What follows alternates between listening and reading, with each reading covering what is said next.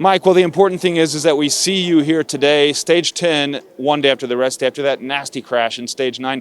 We didn't catch up with you that day. Can you explain how it happened? Yeah, it was my fault. We were coming into a roundabout. I just didn't see the roundabout. I was fighting for the breakaway, and in order to get in the breakaway, you got to take some risks. And you got to be a bit smart. You can't just take a ton of wind, especially for me on the flats. And I tried to squeeze through a gap. The gap was there, but then we hit the roundabout and it closed on me, and I just didn't see the roundabout. If I'd seen the roundabout, I wouldn't have taken it. It was a risk that didn't seem ridiculous until we were in the roundabout. Then it closed, and I just lost the front wheel, went down at a really high speed. So really unfortunate because I wanted to be in the breakaway that day. I obviously went to the line with Bobby Ungles winning. I felt like it was a good day for me, but I couldn't get back into the peloton by the time the break had established itself.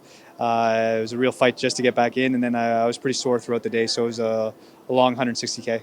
Oh, rightly so. We saw you at the finish line, jersey ripped to shreds, blood on your back right side, I think. And we also saw, I think, the mechanic trying to just patch up your jersey, maybe to keep your race number intact. And you retweeted that thing on social as well. We got a laugh out of that. How was it going, 175 kilometers in that condition? Can you talk about the suffering you had to go through? Yeah, we had to put some duct tape on because one of my pockets was ripped and my radio was falling out. So just needed the duct tape to keep it on there. It was a long 160, 70 kilometers. No way around it. It just wasn't comfortable.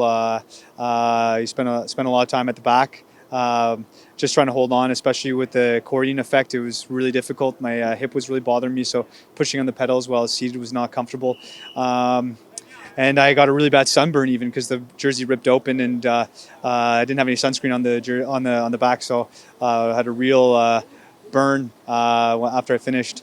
But yeah, like I've had worse injuries before. I've had to go through worse days like this. I broke a rib in 2019, and the next day was one of the hardest days I've ever had on a bike. So you use those as reference points in days like that, where you take stock of things. You realize, okay, I'm not as bad as I was before. I can get through this.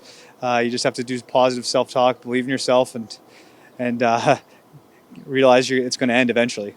Well, you've been pretty fortunate. I think you mentioned also in social media it's been 360 days since the last crash. I guess that was the Tour de France crash. So hopefully you pull through this one. Rest day, reset. How hard is it to continue racing? Like, are you sore? As a cyclist, what's the worst part when you're racing again?